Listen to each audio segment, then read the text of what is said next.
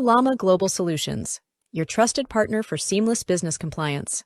Specializing in company registration, Llama Global Solutions makes your business legit and ready to operate seamlessly. We also handle tax clearance, ensuring your business stays compliant and worry-free. Additionally, Llama Global Solutions makes VART registration simple and straightforward, your trusted partner for smooth and efficient compliance. For more details, visit our offices at the address shown on screen or give us a call at +2 6377 487 2063. Discover our exclusive offer at Lochi. Civil servants can now get 0% deposit on all solar installations. Experience sustainable energy without any upfront costs. Join us in powering your home with clean, affordable solar energy today. For more information, contact us on 0773859785 or visit our offices at office number G11 Eastgate Market, Harare, Zimbabwe. Explore our exclusive offers at PC Onzi Realtors Private Limited, your one-stop destination for all real estate services. We offer expert property sales and auctioneering, precise property valuations, and comprehensive property management services. Explore our extensive list of properties and find your perfect match. Check out our competitive pricing offers today. For more information, visit our offices or call us at the numbers provided on screen. Makadi muri yeZimbabwe hama neshamwari ndinovimba munosimba kwese kwamuri koko chikuchingamidza pano pa Sly Media TV muma studio medu nasi muchirongwa chedu ngatidzifambirei. Zita rangu ndinoitwa Pelagia wekwamupurwa kana kuti Sokostina. Kuna vachangotanga kuona chirongwa chedu ichi ngatidzifambirei, chirongwa chatinoya nenyaya dzakasiyana siyana dzatinenge takaita, kungave kumatare, kungave kumachief, kungave kumapresidents kwatinoenda ikoko kutinzwe kuti ndedzipi nyaya dzatinenge takaita kuti tizivisane imimi nesu uyezve tichiwanawo mukana wokuona zvatinodzidza kubva panyaya idzodzo. Tinotaura kuti nyaya dzinenge dzichitrenda pasocial media. Ndofunga last week tanga tine nyaya yemusikana Mavis Mada yaitrenda pasocial media. Ndo dzimwe nyaya dzatinoita zvakare muchirongwa ngatidzifambirei. Saka muzuva ranhasi muchirongwa chedu handisi kufamba ndiri ndega, ndine vandiri kufamba navo. Ndiri kufambawo naSilvester atapfumane kana kuti simbi yebasa. Zvakare ndiri kufamba futi naShorai tinomuti futi soja rinosvika kure. Hama dzangu ngatisangane nevadevatari. Ndichatanga newe Silvester atapfumane. Aiwa, ndinotenda zvikuru kwazvo nhasi uri musi wemuvhuro kudai kuuya kubasa tichizosangana nevateereri nevatariri vese. I always look forward to coming to work because we have a responsibility that has been given to us nemaviewers edu. Ukasaisa nyaya vanobva vakubvunza kuti kunhasi hamuna chini here nhasi muripi, kana ukaisa yekare hamashaya nyaya here. Saka zvinoratidza kuti vafudzi vedu vanoda kuti tipote tichivavhimira nyaya, ende hatisi kurega kuvhima. Tiri kuramba tichingoita iyo nyaya yawataura kuti ngatidzifambire. Hadzisi dzese dzinobuda muchirongwa ine, asi every day tiri kudzifambira. Ndoda kuchingamidzawo vateereri. Makati zvenyu vateereri, mufaro wangu kuti ndive papanel ino nhasi uno uri musi weMonday. Tinotenda. Shorai, sangana soja redu rinosvika kure. Pausoja, I don't know zvangu Pelagia, but it's always a pleasure to be here, especially pa podcast paunongo chizoti we are engaging nevanhu nemaviewers patinenge tichitaura navo vachitipindurawo zvavanofunga isu tichivaunzirawo nyaya dzakafanana nedzodzi. It's a pleasure to be here. Thank you so much. Ndova ndinenge ndinawo nhasi muri kuona kuti nhasi pano yanhasi inenge ichinakidza nekuti pane simbi yebasa, zvakare pane musoja. Kubva kwaitawo inini aSokostina ezita randakapiwawo pano nesimbi yebasa. Hanzi wani murungu wepaSly Media anotaura Shona. Shona ndizvoka? Wani murungu anotaura Shona. Wani murungu anotaura Shona.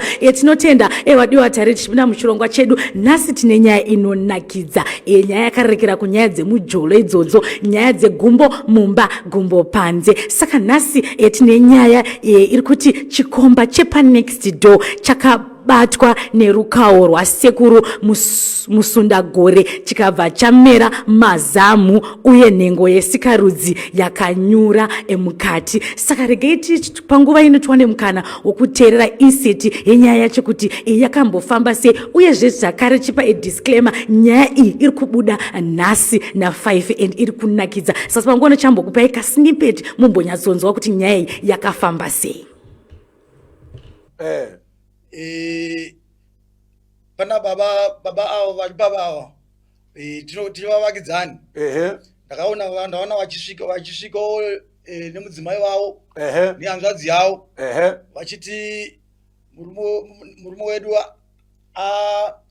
atitaurira akati iye akachinha nemudzimai wenyu ari kubuda mazamu uye nhengo yake haisi kuoneka.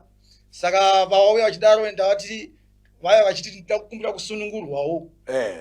Tikati inini handikwanisi kukusunungurai asi ndine kwandakaenda. Chiregai tibatane tiende ikoko kana tinotaurirana tiri pamberi pasekuru. Saka ndamaona ndauya nani nemhuri iyoyi. Kuru hembe yako mzukuru? Awa ndiwo hanzvadzi yavo. Andi wauya kuti ndikusunungure? Andiwo wauya kuzosunungurwa here? Andi ndiwo wakaita nawidzi? Andi ndiwo wakaita nawidzi. Ndindakadziita? Ndindakadziita here? Na uyese ini vazukuru? Uyese ini vazukuru. Kana usingi waita maitira ukaitaya? Usingi waita maitira ukaitaya? Munonotanga mawirirana. Munonotanga mawirirana. Nevo ukatadzira. Nevo ukatadzira. Ndo vanoti ndikusunungure. Ndo vanoti ndikusunungure. Vakati ndisakusunungure. Ndisakusunungure. Ndotedzera mazuva avanenge vataura.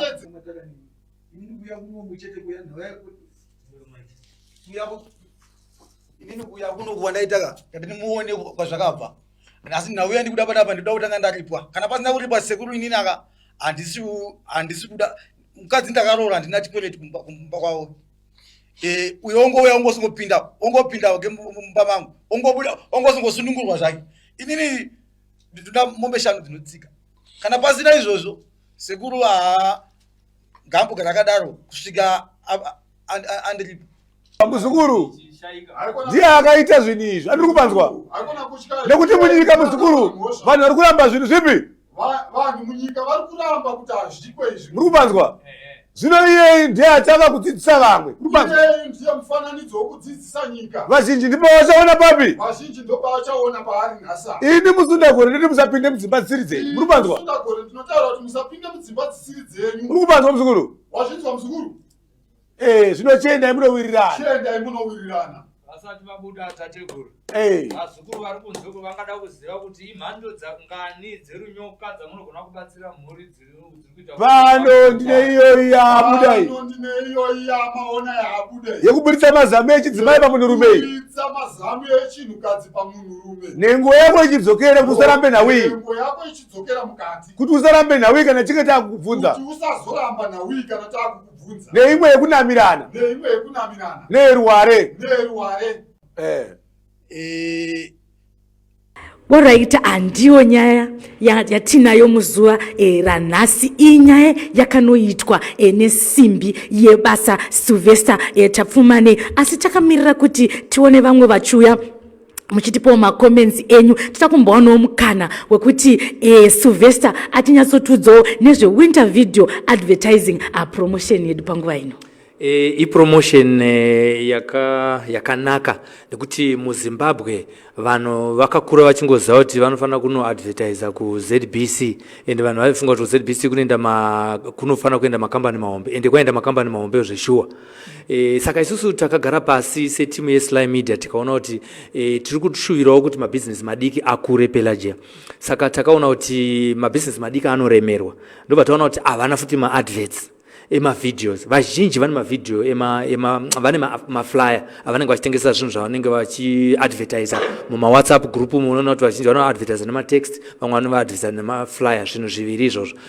Kana iri audio nezinge ichitwa vazhinji kacho, kana kuri kuredhiyo tongoti munhu ada kuadvertisa kana kuti Star FM kana kuti chichi. But tisinokudawo kuti we are a TV company. takati tite initiative yokuti mabusinesses madiki ave nemavideos uye ndobva taronga kuti tivagadzire mavideos anenge asingadhure nekuti mavideo tiri kuziva kuti makambani achiri madiki. Saka takagadzira promotion iyoyo kuti munhu asina video agadzirirwe video ye30 seconds ichiita $15 chete.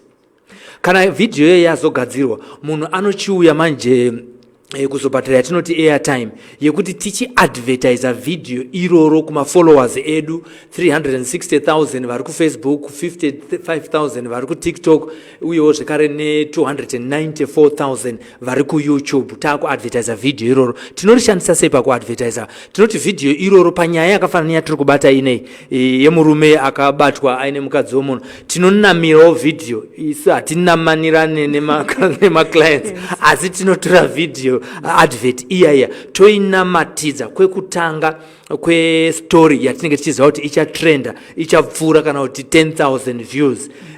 Kana tichinge tadaro zviri kureva kuti vanhu 10,000 vakaona video vachatanga vaona advert yako. Biggest advantage iripo mazuva ndeyekuti aiskipwe video iyoyo nekuti andinoona kuti ukaona munhu akaona pa YouTube anoona pane pakanzi you can skip this advert after 3 seconds kana kuti 5 seconds. Isusu yedu haiskipike, anenge achiskipika ya anenge aiswa neve YouTube ndo anoisa anoskipika iwa, asi yedu haiskipike zvikureva kuti munhu anokwanisa kuona information yese iri kutaurwa nezve products and services auri kutengesa kubusiness rako for 30 seconds isina kuskipwa. Saka izvozvo zvinopa advantage kumunhu wese ari kuuya kuzoadvertise kuSly Media TV kuti video yake yese ionekwe ichitaura zvainoita. Semavideo avaona tichitanga chirongwa chinechi, mavideo adverts akagadzirwa netimu dzedu dzepanapa dzinoita graphic design dzinobva dzaita video advert iyoyo. Nekudaro tiri kuti vanhu ngavamanyidzane winter video advertising promotion ichiripo, vanhu vauye kuzoadvertise kuti vasvikire kuvanhu vakawanda vatakatanga navo vari kutotaura kuti aiwa tanga tisina traffic yakawanda yanga ichiuya asi izvi taakuzikanwa vanhu vataura taona advert yenyu zvinoita mari. Havafonerwa futi nevanhu vemuno muZimbabwe chete, vanofonerwa nevanhu vari kunze kwenyika. Kune vanhu vari kunze kwenyika vari kuda kuita zvinhu zvakawanda muno muZimbabwe asi havasi kutoziva kuti maproducts and services ariko ndeapi. Zvakafanana vamwe ndachitaura nevanoita zvekurejista makambani vachitaura kuti tarisivha vamwe vari kuSouth Africa vachiti kurejista kambani muZimbabwe imari. Zviri kureva kuti agent iyoyo yakutozikanwa nevanhu vari kunze kwenyika kuti vanoita sei, vanoita basa iroro rekugadzirira vanhu matax clearance certificate, rekurejistira vanhu makambani vasina mukana wokuuya kunoko vachiita up and down vachienda kunoregister vemapavers vanga vachitaura kuti tinotora macontracts atiri kuita atakaona kuburikidza nepaSly Media nezvimwe zvakawanda. Advantage ndisati nda kudzorera kwauri yekugadzirwa video advert ndeyekuti 30 seconds video advert yekuti iwowewo every day unokwanisa kuisa pastatus pako. Vanhu muZimbabwe havasina reading culture.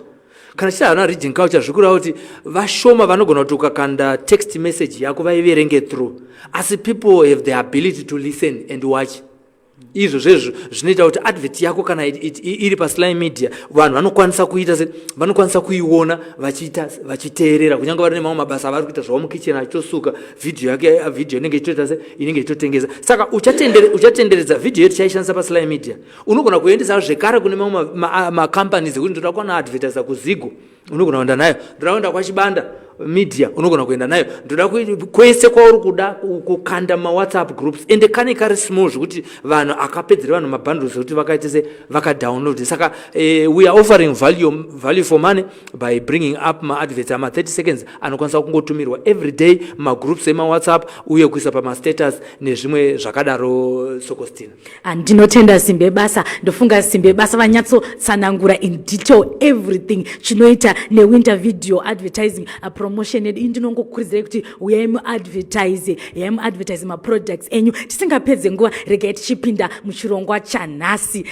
nyaya tinayo nhasi Simbe Basa nashorai Chikomba ichi chamiraka mazamu mushure mekunge chaita upombwe. Ndisati ndapinda munyaya rega ndikwaziso vachangotibata muchirongwa.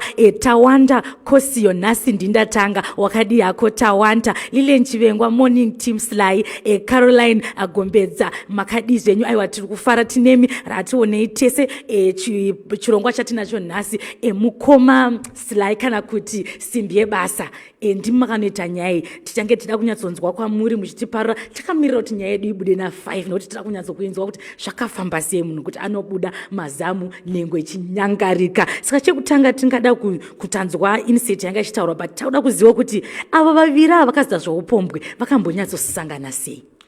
Satataura ndapindura mubvunzo wako toda kuti hatimbona kuti vateereri vaona video takavhara chest kana kuti chipfuva chababa ava nokuda kwekuma community guidelines atitenderwa kuti tibuditse munhu akashama especially achiburitsawo nhengo dzakafanana nemazamu kana kuti dzesikarudzi. Nokudaro chatiri kukurudzira vanhu kuti vave nekubhilivha kuti ichokwadi murume uyu ane mazamu. Tinokwanisa kuvapa video iyoyi isina kuvharwa iri paWhatsApp, tichikanda muWhatsApp group redu rinonzi Sly Media SMTV extra zvokuti vakaenda panhamba dzinoti 0719 325 100 0719 325 100 togona kuvapa rakadaro vanatsozviona nokuti vanhu vafungudza kuti kuacta madrama kunyanya pachizoonekwa pakavhara apa pakavharwa. Yezve shuwa ndizvozvo tichange tichiritumira video munyatsoona, asi apa tikwanise kuti sei kuribuditsa nekuda kwekuti mitemo inenge iripo tichinge tichizobvita zoni tabridja mitemo, asi ndizvo zvataurwa nesimbi yebasa. Chingotibatai panhamba idzodzi tichadziga ndidzidzokorodze 0719 325 100 SMTV extra paWhatsApp tobva takuratidzai tichidzoka zvedu munyaya yedu. Ndandabvunza ndikati ivo vaviri ava vekuzoita nyaya yavo iyi nhasi yatiri kutaura vanga vambosangana sei? Amai ava mudzimai wemunhu akabvisirwa pfuma yese vanotengesa mutakshop yavo pamwe chete nababa anove ndiyo murume wavo akazoenda kwasekuru. Saka murume uyu Chikomba chaane mazamu ichi chaipota chienda kutakshop kunotengesa mudzimai uyu. Saka ndokwavakazosangana ikoko ndopakazotanga kutsva nyaya yeruchiva yekuchiva. Alright, saka baba pavanga vakuramba vachingoenda vanga vachiri kunotenga here kana kuti ndofunga vanga vatoona kamunhu wavo? Havanozitanwa kuti zvomatangirira akaita nyaya sekuti tinenge tiine nguva shoma, tinofanira kupedza at least under 1 hour tiri padare rasekuru. Saka unoziva kuti hauzokwanisi kubvundunyura zvese asi pari kuratidza kuti mukutaura kwavo pakudanana kwavo nyaya ine kakutsveterana kakazoitwa mukati umu kuti baba ava vakazoitawo mafavors kune amai ava ekuti vakapuhwa 300. Saka ndisi kuziva kuti 300 ndo yakanga munoti kuimpresa nditi kuimpresa baba vakazosvika sei pakuziva kuti mukadzi aroda mari yekututsira mastocks kushop vakazobva vamupa 300 achanga chisiri chikwereti nekuti haina kuzonzi unozondidzorera. Alright, unozondidzorera. Ini ndenda mubvunzo wangu wechipiri ndoda kuenda kuna Shorai. Apa tiri kuona kuti mudzimai wemunhu akazopedzisira akupiwa mafevha acho ndobva anopedzisira vaviri ava vakuzodanana. Saka ndakanangana newe Shorai, unoti chine nyaya yekuti mukadzi wemunhu unenge uchipiwa mafevha nemurume asiri wako? Thanks Pelagia, but nyaya iripoka vaviri ndo vari kunyatsoziva chokwadi chakaitika ende isusu hatizive kuti zvakazotangira papi. Sekutaura kwamboita ngomaSly kuti hatisi kusotiwa nava vakanyatsotangira papi mukudanana kwavo. Pamwe mafevhasi aya ndeekungowirirano vangachivana handiti then vaatotaura kuti stoku yangu iri kushota. Hatizoziva kuti baba muridzi wemukadzi chaiye aishotesa stoku here kana kuti, but iwo semunhu akazogotiwo stoku yangu iri kushota ndobva aita sei, ndobva abatsirika. Point iyo ndiri kuinzwa simbi yebasa iri kutaurwa naShorai. Ini ndiri kuti zvonizvo tomboti ndo zvakaitika kuti stoku yanga yakushota. Panga pasina here dzimwe nzira dzinogona kuitika kuti amai ava vaudze murume wavo kuti tinenge tiri kushoterwa tisati tanotsvaga fevha kune murume uyu? Havana takatovabvunzawo mubvunzo iyo vatariri vanogona kuzoona video iyi nenguva dza5 manheru pano paSlyMedia TV paYouTube channel. Takatovabvunza mubvunzo iwoyo kuti ko zvakamira sei kuti muzosvika pakunopuhwa mari nababa. Pamakaipuhwa alright, makabvunza here makaudza here murume wenyu kuti tapuhwa mari nababa vepanext door? Ndibaba vepanext door ka havanotoonana kana vamwe vakutenda kana dziri matereti ede kumalocation aya unotoziva kuti munhu akuenda kunogeza unoto munhu akabata taura achibuda achienda kutereti ko zvinonza kuti vanhu vanoteza se vanotozivana zvakanyanya zvekudaro vatogara vese kwenguva yakati kuti vari vese pamba ipapo pamaraini pavo ipapo asi havana kuudza murume wavo vakanyarara. chicho chinoita ndo pane mubvunzo wangu ndakadzoka kuna Shora kuti icho chinozoita kuti mukadzi wemunhu unokwereteswa mari kana kupiwa mari nemurume wasiri wako uchinyarara. Nyaya iri pachena kuti vanhu vanga vabvira kare vachitodanana zvavo. Zvemari zvakazoya hazvo is an excuse, but vanhu vangaita sei vangagara vachitodanana vachionana, ende since murume wacho chaiye ari kunzi aigara asipo achita sei ava vanga vatoonawo kutandana naye. Handizvozvo tichiuya kwamuri simbi yebasa itingada kuziva kuti mimi pamamuripo muchinzwa nyaya ivo vaviri ava vekuzonge vachiita upombwe relationship yavo iyoyo yekudanana inokupanana mari nekuonana yange yanenguva yakareba sei vasati vazobatwa apa? Matauriro avakaita vangoti pane 3 months. Saka pa 3 months ndo pakaita nyaya yekutsvetsvana. Pa 3 months ndo pakaita nyaya yemunjolo. Pa 3 months ndo pakaita nyaya yekupanana 300. Pa 3 months. Pa 3 months ndo pakaita nyaya yekuti vakazopinda mugaraji revamwe vanhu ndobva vapaka motikari yavo imomo vasina kupuwa mvumo. Pa 3 months. Pa 3 months zvakaitika pa 3 months pa. Saka tingati isusu vanhu mazuvano havachatodi nguva yakareba kuti vanyatsoita zvavanongada kuita ka. Mazano unogona kutozoziva zita remunhu watombopaka mota. Watombopaka mota mugaraji. Wozoti panopamba ndepani. Alright. Tichada kuziva futi zvakare kuti saka ivo vacho ava mai ava nababa anganyatsori mukadzi wavo chaiye here kana kuti zvainguva zviya zvekungoti unongotora hako munhu wako umbogara naye muchingogarisanawo pasina zvekuroorana kana zvekunyatso muchichaya mapoto. Uri kureva baba ava vakazoenda kwasekuru musunda Gore ava. Baba nyaya iri papa ndeyekuti pakati ome asi ndingangoda kutaura kuti vaviri ava kuti vapinde murelationship iyi handinatsonzwisisa hangu kuti zvakatanga sei. Maybe ndarasika mubvunzo wako wavhunza. Alright. Mubvunzo wangu ndanga ndichida kuti ivo ava vasati vaenda kune upombwe, rega titi baba vakoti veupombwe ava vekunyatsogara zvakanaka vasati vaita zveupombwe vanga vagara nguva yakareba sei? Alright, baba namai right.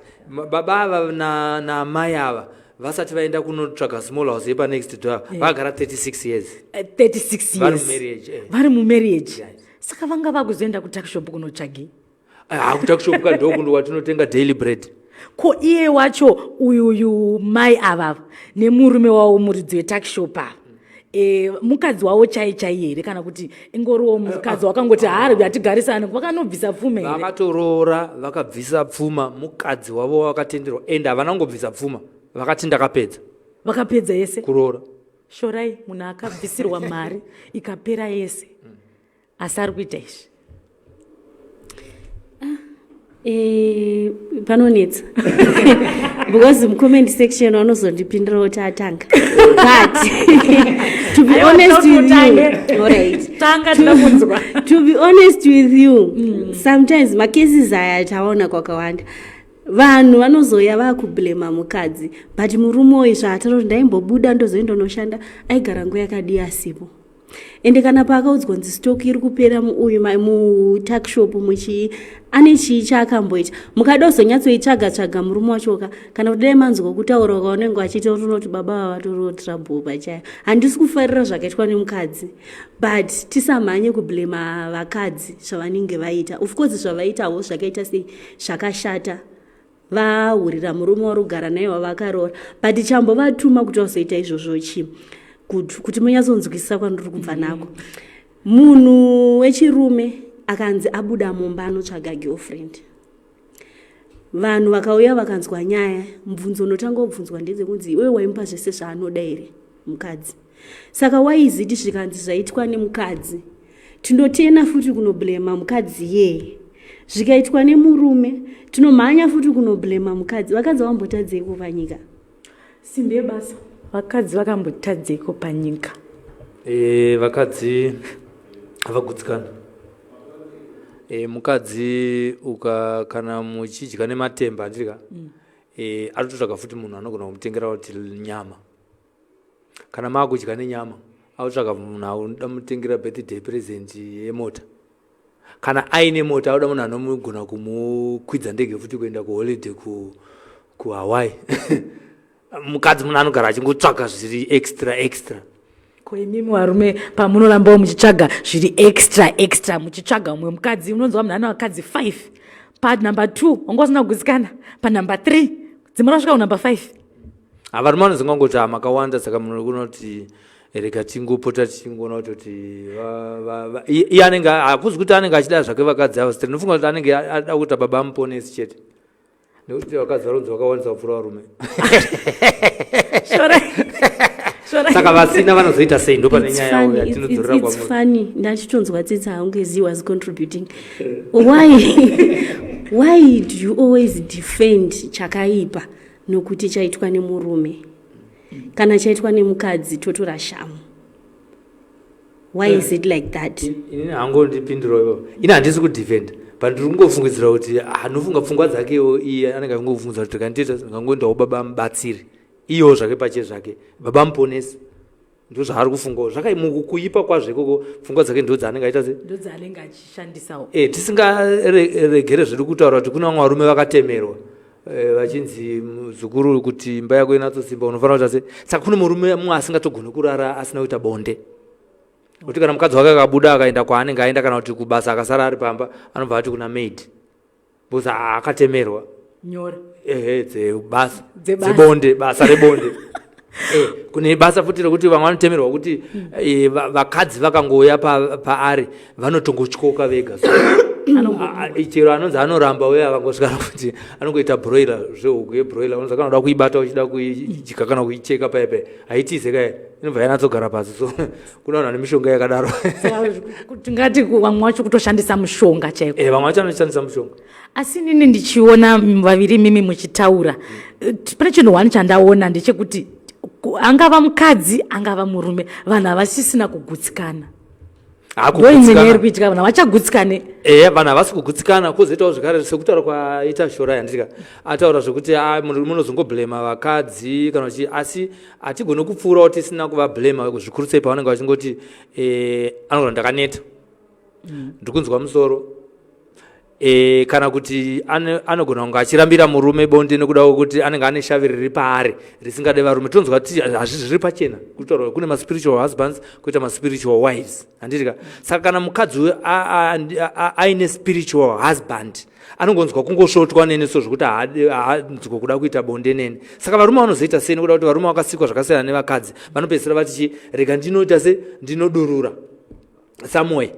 handiti because murume anofanira kutongoona kuti aita se azvibatsira akasazvibatsira ipapapo kana kuenda kumadzimai chaiyo achiita munati makitchen party makitchen party kana kuchina iko kutonzwa kuti zvaakunzisana kuti chiro zvako wanga usinganzwe kuda kuti nenhasi handisinzwa kuda bonde panozori newedhi rakutaura mazuva rekuti juti rekuti iwe hausi kuda kunzwa kunakirwa hako nebondero asi uri kuita juti rekuti murume wako asazonoita se asazonotsvaga kunext door asi unenge wamubatsira kurelifa ukasha unenge uri huturu hwokuti anenge ane shungu dzinenge dzejuru dzekuti rikaruma rinofa rakadaro hariregedze simbi yebasa dai maona smile iri kubuda pakona apa ine mhinduro saka tira kunzwa mhinduro yake yaarida kutaura nekuti zvamuri kutaura iye ane point angaiwe nhasi takamirira varume ndozvanga ndichimbotaura vekuti angati it's funny the way they justify and defend chihure chavo. Nowadays it's only ngoti shiri yabvuta again. Vakadzi vakuita sei vakudzorerawo but zvakabvira kare varume ndo vaingoita sei vaingozvita. But kana tichiti murume ari kufanira kutonzi apiwe kuti adurure ukasha hwake, scientifically we know kuti vakadzi ndo vatori nehasha idzodzo dzepabonde kunyanya. Tinozviziva it's only ngoti zvevarume zvingori visible chete zvavakadzi azvioneke but kutaura chokwadi chevakadzi ndo vakanyanya. But kana tichitorambirwawo mumba imomo ukazonosvaga John wako anokukwenya yamhosva futi hamuzodi kuzvitaura kuti ndanga ndamunyima. Pendurai shora kutaura kuti vane ukasha but vakadzi vakarorwa mudzimba hapana anombotaura kuti vane ukasha. hapana arombotaura kuti dhonza bhachi kuti chibva paTV uyai kumbatirare. Hazvitaurike because society yakazviita kuti zviite kunge etabu. Asi chinoitika chihure ndo chinoitika asi kutaura hazvitaurike. Hazvitaurike. Vakadzi mukada kuunganidza vakadzi vari mudzimba vazhinji vacho anenge achinzi ndoiwe kuti ukada kuita mastaira mamwe amaimbotaura ayaye ekunzi unonzi wakazviwana kupisa kauri hure. Yeti uri kutotraya kuda kuudza umwe wako zvinoita sei zvinokufadzawo. Saka zvinhu zvese zvagara zvineka kudzvanyirira kazvinoita vanhukadzi so. Ndida kusunungura nezita raJesu kuti taurai. Taurai tangai muri kubasa kuti baba musanonoke nhasi. Uyai kunoku nekuti pakatoipa. Ndofunga ndo dzinodzidziswa kuma kitchen party kuti ayo kwenyawo mumo wako. I think mazuva ekunyara atapfuura maari nekuda kungoti society ingoriwo dynamic. Izvezvi zvika kudhara vanhu vaitsvetsvana zvekuti 3 years uchifambira musikana kusvika wapera bhutsu. Asi izvezvi unogona kutonyenga musikana mukombi kubva paunozvosvika uchienda kumarondera uko unogona kusvika kuruwa watodiwa zvachinja vadiwa vatariri tiri kufara muri kuita engagement nenyaya iyoyi yatiri kuita nhasi. Panapa paita Bernadette avhuluka ati mukadzi uyu akatadza hake kuzviitira padhuze kuti mukadzi uyu azozviita pamwe murume uyu ndewezita asina chaanomubatsira nacho. Ndichakwa muri simbi yebasa ndopavatamubvunzwa kuti imimi muri mudare umu mukadzi uyu akaona here mukana wekuta kuti chii chakanyatsoita kuti azosiya murume wake uyu achienda kuna baba avazoiswa mazamu. Hatina kuona mukana wakanyanya asi takamubvunzawo kuti kuchazoita kuti usiye baba ava baba vako murume wako akakuroora uchienda kune murume uyu angoti zvakangoitikawo. Ndo statement yakaita yaakaburitsa. Uyo titarise kuti pana ningirikine pana Bernadette ari kuti vanenge vari baba zvavo but vari baba pasina asina chaanobatsira mukadzi wake nacho. Rega nditi Bernadette Chikomba hachisiso chakavakisa tuckshop. Dai chiricho chakavakisa tuckshop ka itazonzwa kuti chakasaita top up Chikomba asi tuckshop yanga yavakwa nani nababa ava zvikutoreva kuti ayo zvimwe ndezvimwe vangatadzawo zvimwe zvino asi chido chekuti mukadzi wavo awane zvekuita achitengesa mutuckshop imomo changa chiripo. Ndakanangana newe Shorai ndofunga pari kutaurwa nesimbi yebasa kuti uyu murume angatombovakisa tuckshop uyu akangoiwa ne300 uchinzi mufobva pakuvaka kutenga more than 1000. Andika takambonzwa rimwe statement rekuti mukadzi anogona kutochiva murume anogadzira vhiri remota achitosiya murume akamutengera mota. Kureva kuti vakadzi hanzi anotopedzera akuchiva munhu asina zvakanyanya zvaari kuita akusiya murume wake mumba. Ndakanangana newe Shorai icho zvinozoita kuti iwo madzimai titi zviri nani kuenda hangu kune munhu ari kundigadzira vhiri remota ndichisiya akatenga mota chii. Ndo zvanga ndichiedza kuburitsa like zvakomentwa naBernadette apa haisi nyaya yekuti mari chete Pelagia. Vakadzi vanoda kudiwa zvinhu zvidiki so zvaunongoitirwa ndo zvinofadza munhukadzi. Nyange ukapiwa mari yakawanda sei but kana mumba macho musina rudo ndopaunotoona kuti munhu aenda zvake nagarden boy because varumba vacho havasi kukurakidza kuti vanokuda. Varume vane kasystem kaike kuti kana vari kumabasa so vanenge vachifara zvisingaiti vachiseka kana mabhanzi unovatuma unotenga tuckshop kaivava vachingosvika kumboko vanenge vakasunga fesi zvekuti kana ukavati masikoraisa kuti havatauri newo havaita sei. Saka mukadzi yeye akazono baba panext door ari kumudza kuti masweet nothing unotanga tadze kuenda anoenda. Simbi yebasa vakadzi vanoda kudiwa haizi nhau yemari chete. Saka nyangoyo wakatenga tuckshop ukahodha kuSouth Africa waya nerori asi kana musina rudo toda kumbonzwa pfungwa dzenyu.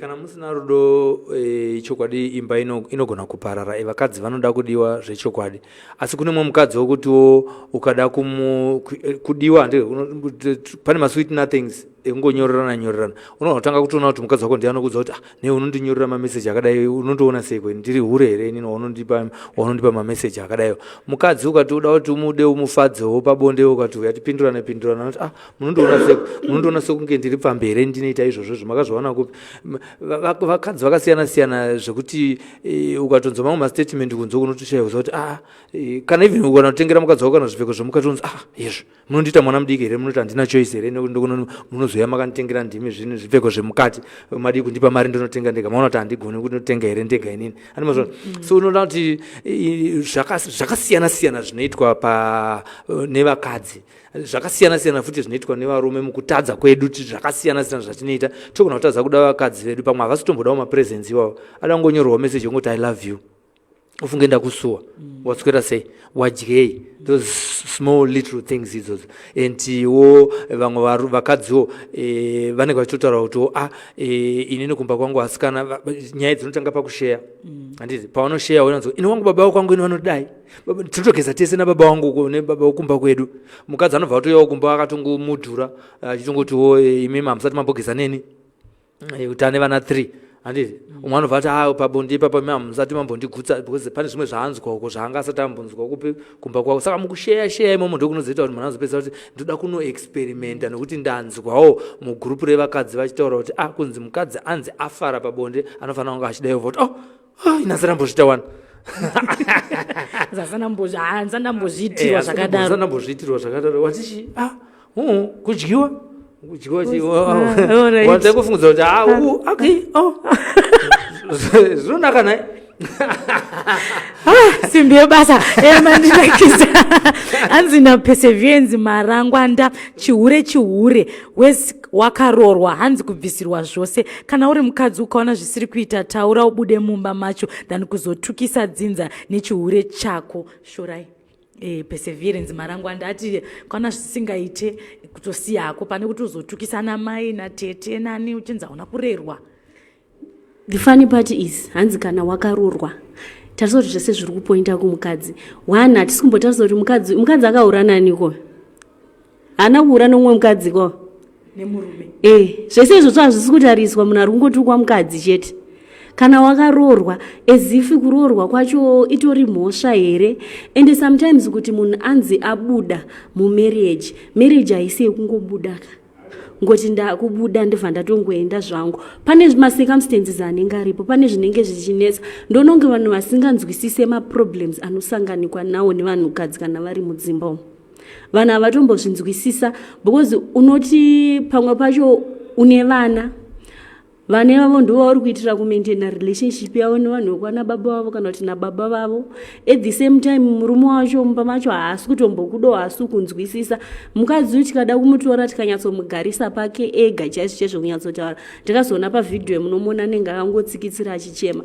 but tikavapa microfoni tikati amai nyatsoburitsai zviri pamwoyo penyu chaizvo munonzwa zvakawanda zvisingaite munonzwa zvakawanda zvokuti murume iyeyu pamwe akatombohuroka hobhuka mukekutika kana nyangodai akada kuzvitaura zvaingonzi zvinyarare ndorwira imba yako saka munhukadzi akaurirwa anonzi pfugamawo namati aurirwa nemurume wake asi iye paanozongozviitawo chete mavara azarevhu community yese inosumuka pane comment iri pano simbi yebasa hanzi both parties vakatadza chihure hachina kunaka but mumba ngamuve nemufaro guys kuti usazochiva zvekunze in short I am saying pisai rudo mudzimba inini ndine mubvunzo wekuti tingati vanhu havasi kuwana rudo here mudzimba umu zvinogona kudaro zvina rudo runenge rwakare rwaita ronzi ndorwuya rwaipikwa chairo mubhaibheri kuti munhamu nemumatambudziko iye zvinezvi the moment yamunongoti baba vanobuda basa kana kuti mari yababa haizi kukwana iri kungoperera nekubhadhara rendi yetransport yakutoshayika rudo harupise mazuva ano muenvironment yatiinayo munyika pano pasi nekunze kwenyika muno muzimbabwe hazvisi kunatsobuda nemabudiro azvaiita kare kunzi munhu amune matambudziko mukangopinda bedzi mumatambudziko ndokuti rudo rwatoo mumatambudziko futi rwapera we can't separate poverty nerudo mazuva ano but kudhara vanhu vaitoita chisungo chimwe chete nepoverty yavo iyoyo. Kana vakawirirana kuti vana havasi kuenda kuchikoro nekuda kuti havana mari, zvaingogara zvakadaro. Mukadzi haizonohurira baba kuti nokuda kuti vachitashaya mari yeschool fees ndiite top up. Asi iye zvinezvi hazvichateiti. Kana murume akashaya basa, mukadzi achienda kubasa ake achitowana mari kuti tinogona kukwana sekukwana kwayaita baba chete vachienda kubasa, unoona kuti rudo rwato rushoma. Pane hapana kamurume pana pamba, ini ndatomurumeka, imakusura makagara. Environment yatiri hameno zvayangoita haichaite kuti vanhu tigone kupfuura kana kuyambuka zambuko rekushaya tiri pamwe chete. Panototanga maproblems ipapo. Izvo zvinoziva kuti unemployment rate munyika yakanyanyisa, asi bonde harinei unemployment is part of entertainment. Kuti kana une stress munofanira kutomboenda pabonde momborelifana ipapo. Uchibva ipapo haunenge wakunatsofunga. Kana amai chaivo havarove vanambama vachiti nzeve dzine dzababa vako, kana vakapuhwa bota zvakanaka tsonaka chaizvo hani mazvona. Asi izvozvo manje kuti tiri mumaproblems iyo kuti uzive kuti mumwe wangu uyo ane stress dzaainadzo dzekuti kubasa mari haisonatsobuda, kana kuti haasi kuwana basa, akadzidza zvake ane dhigiri rake ndouri kuwana, kuti achipuhwa bonde anogona kusapuhwa bonde. Mukadzi uyo anoridawo asi haasi kuda kuripa munhu waari kugara naye, anogona kunotsvaga hake kunopa mumwe munhu ari kutonetswawo futi, atonetsa mukadzi wakewo kumba kwakewo, ndi anozonzi iwochi idya bota.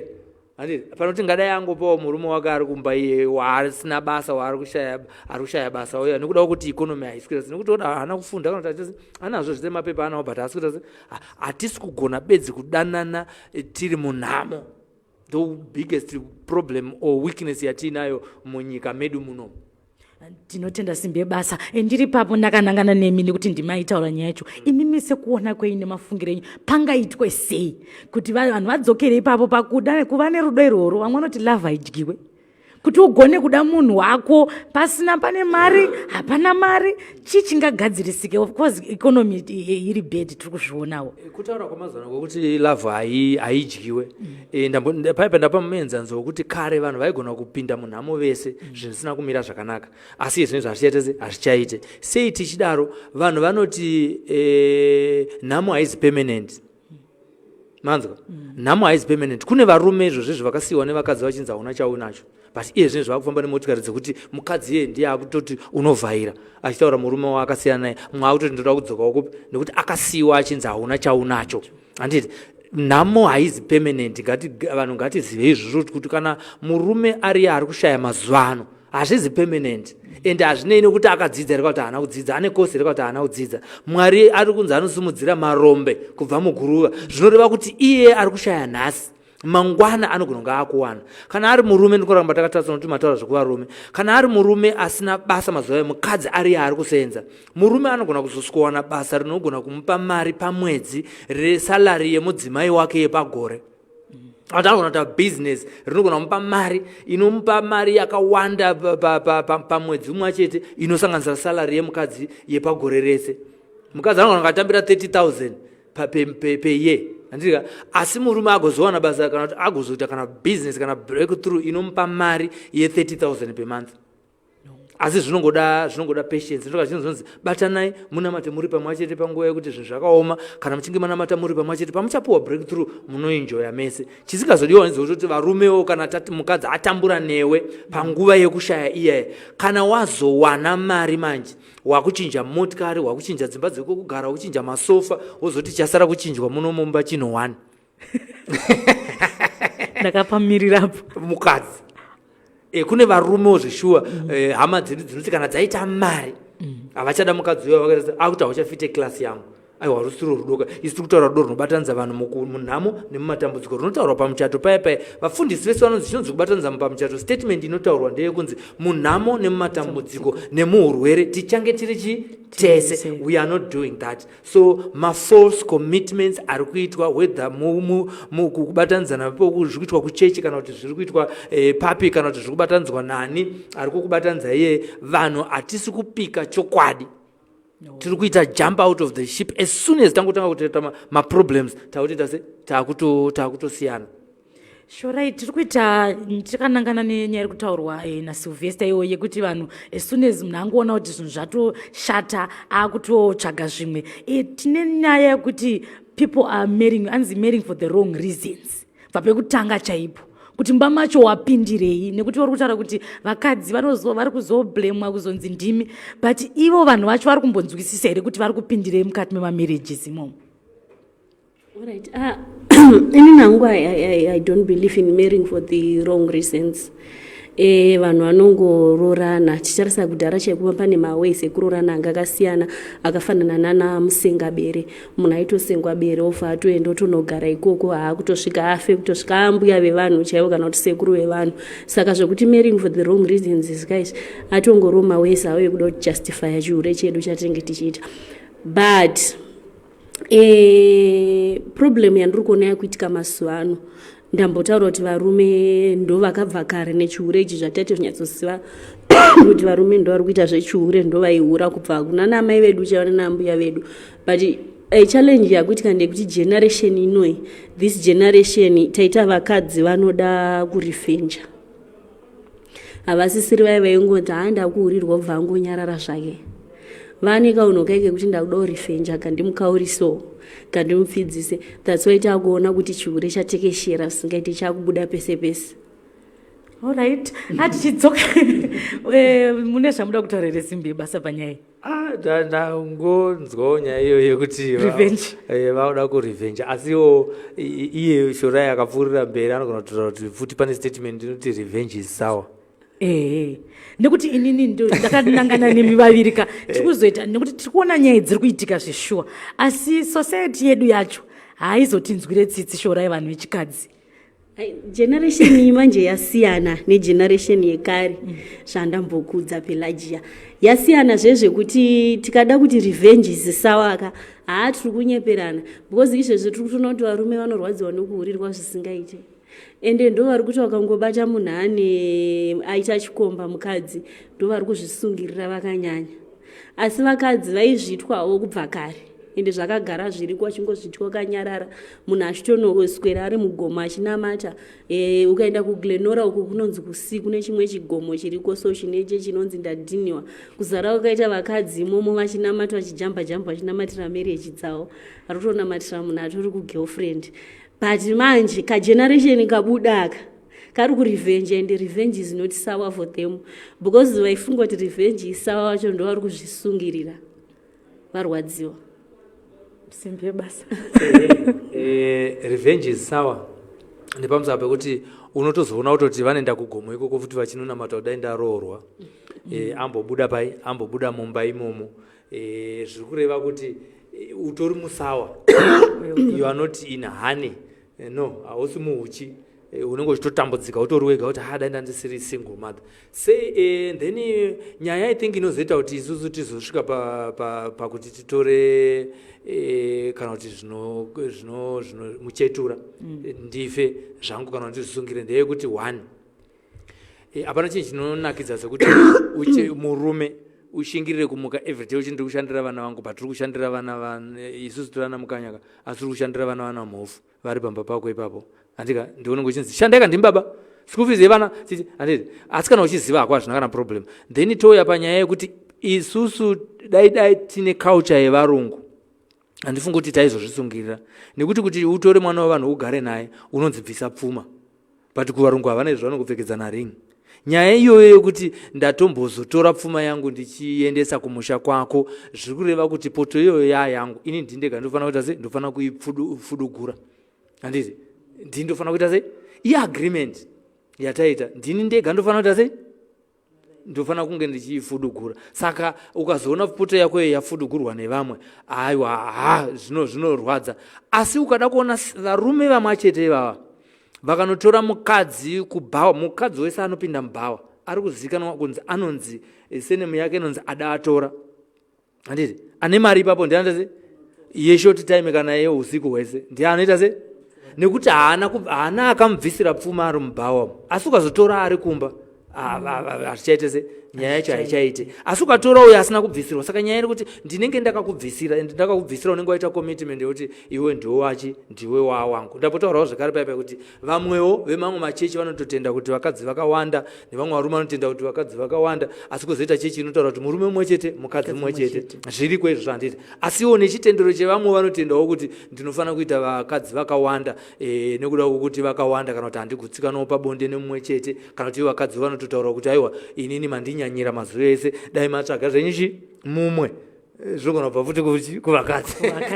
Mashoko makukutu ari kutaurwa nesimbi yebasa kuti zvinonetsa nyaya dzacho dzemujolo mahwani. Tichidzoka munyaya yedu yanhasi, tofunga tingada kuziva imi manga muriko kuti saka murume uyu akatongoti muridzi wetakshop, kuti tisavakanganise mazita, muridzi wetakshop uyu ane here muripo wakati anoda panyaya? Tinowanzonzwa kuti pese panoitwa zvokubviswa runyoka iri uya akatadzirwa anoti ndiripe nezvakati nezvakati. Saka tingada kuziva kuti uyu ane here muripo wakati ari kuda.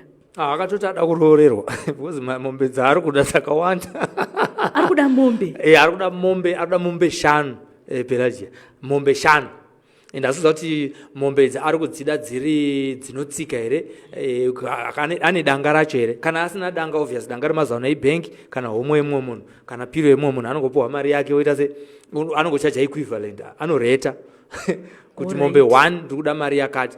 Karunyere kupeka takangonzwawo zvedu vachikurukura because vakanzibudai nasekuruka, vanhu vanozoona muvidhio hurukuro yacho yese yakareba 1 hour. Vakazonzibudai panze, munoita se munotaurirana nokuti ina handigona kusunungurai ndisina kuita se musina kutaurirana. Endai mutaurirana panze muuye muchindiudza kuti imimi zvamuri kuda ndezvipi, mawirirana kuti chii. Zviri kureva kuti uyu akadyirwa bota ari kuda mombe 5. Ndinofanira kutaura kuti mombe ndiri kudzida dzichinotsika here kana kuti mombe imwe chete ndoida ichita 500 600 kana 1000 zviri kwaari. Alright. Asi simbi yebasa imimi muchionawo muri ipapo dziri kubuda here dzimombe 5 idzi kana kuti munhu kutoparara uku? Aiwa, maonero andakaita ndeyekuti tichipinda mudare imomo pakatotaurwa kuti 1 baba vanotoona kuti vakambobvisa 500. Pane dzimwe dzavasina kutaura kadza vakabvisa, vakabvisa 300 yekufadzana. Anditi pavakabvisa 300 yekufadzana kuti uyu aite takshop adidi, pane mamwe mafavors asina kuzotaurwawo ipapo. Asi murume uyu ari kunzi is a businessman, hanzi kuti ane mabusiness api. Pane munin'ina wavo akambopindawo mudare imomo akazopopotedzana akazobutswa nasekuru akuda kuharasa baba ava vakamera mazamu akazonzi abude panze, but anga achitoti munotoziva kuti mune zvigayo imimi. Handizoti ndo business ravainaro chete here, kuti vane rimwe basa here, kuti vane zvimwe zvavanoita zvavanoita. Asi vane mashop anototengeswa nemukadzi wavo we36 years. Saka mari iripo inobuda. Asi chatisina kuzonzwa ndechekuti sekuru vakati vanodawo mari yedare here, nekuti mamwe madare anozoti iwo wacho wabatwa ndiwo unoyobvisa mari yakauya achibviswa newo inonzi mari yedare iyai. Kana iri 150 ndiwo unoibvisa. Kozoita futi mari yemushonga, zvinoita kuti sekuru vavo vari kuchaja mari yakaita sei pamari yavo yemushonga nemari yedare, plus mombe 5 idzi dziri kudiwa dzinofanira kubviswa futi nababa businessman avo. Saka zvegumbo panze zvakutodhura ke? Zviri kudhura ka? Zvagara zvinodhura because chero makondomu chaiwo anodhura kutenga.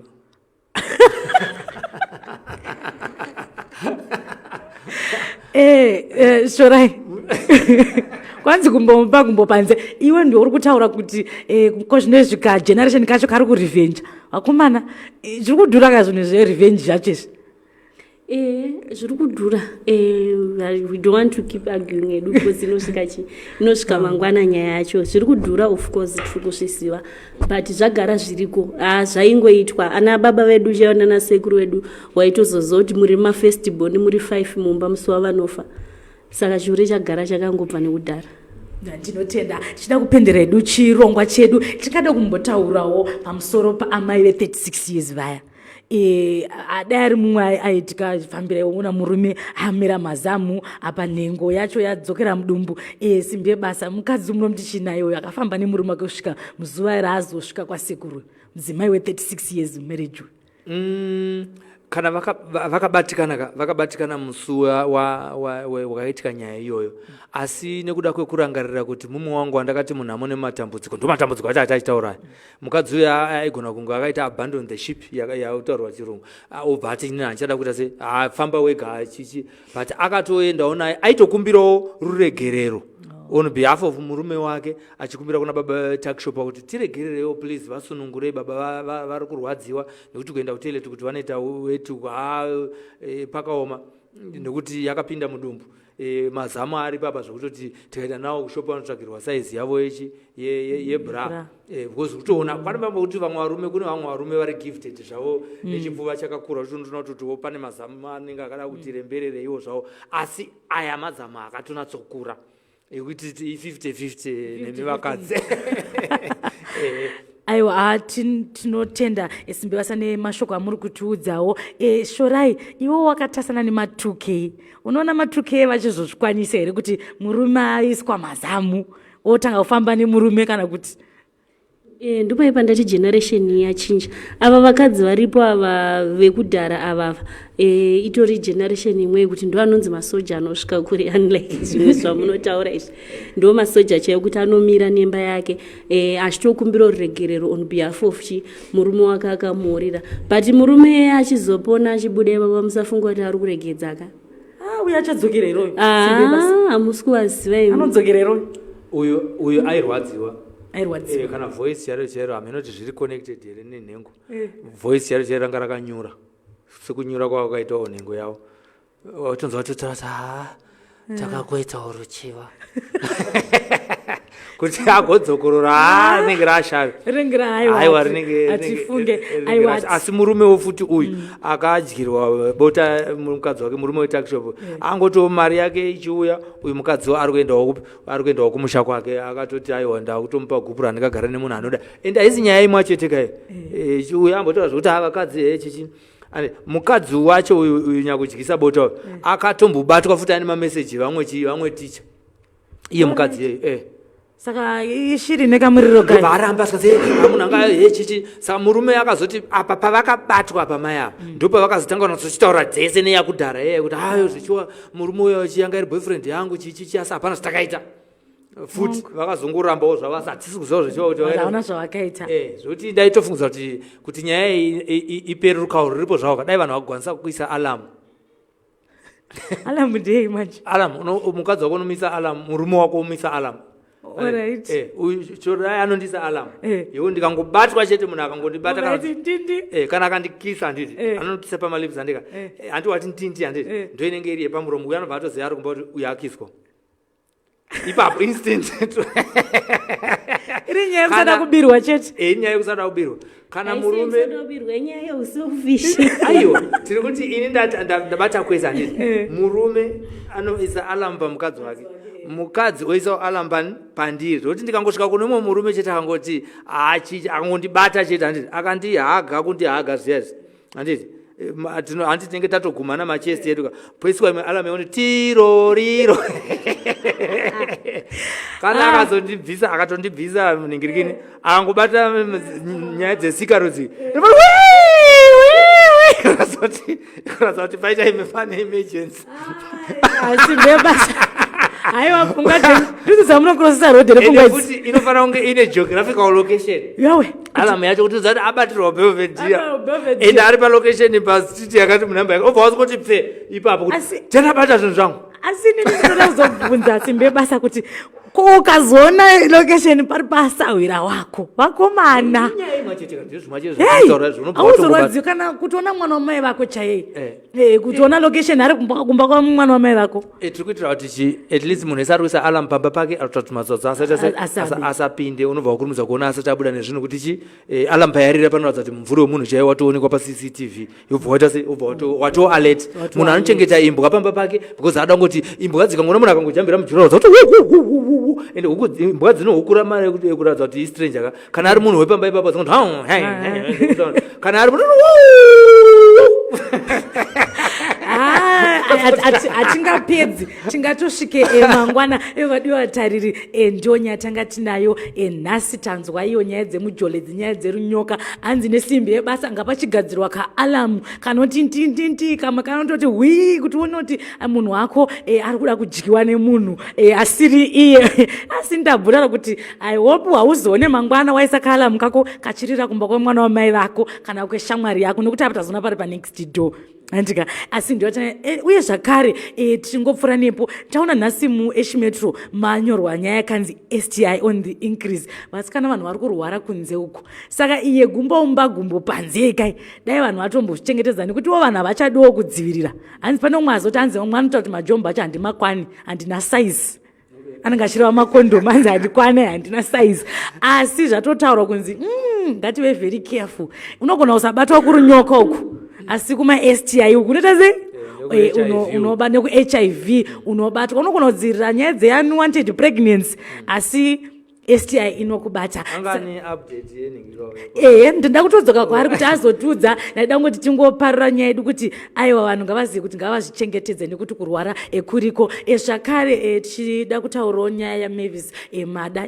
Nyaya iyaya yesimbi yebasa inosiririsa zveshuwa, asi mwana anzi akuwana kubatsirwawo nekurapwa kwaari kuitwa. Saka tine updatewo pamusoro paMavis Mada. Shorai kana une update wada kutudzawo.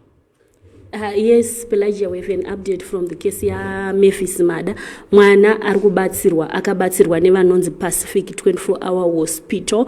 All thanks kuna Tafadzwa achidawa. Taona achitenderera naye, achifamba achienda kwakasiyana. So we have a letter iri dated 13 July 2024 yakaiswa chidindo che Pacific 24-hour hospital. Hanzi to whom it may concern. Reference Mavis Mada welfare post severe assault. We did a full examination on Mavis Mada and we noted that she has got many bruises and scars all over the body as a result of severe assault on her body. She was having pain and limping. We did x-rays of the chest, legs, pelvis, and no fracture was noted. We have also noted that she comes from a poor background. Her father is late and her mother, the widow, is a housemaid. Mavis stays with her grandmother in the rural areas. Mavis finished her school 2 years ago, ordinary level, and she did not pass. She is not working. Pacific 24-hour hospital is extending our gesture to offer a 3 months full training on nurse aid course. The course has both theory and practical attachment for 3 months.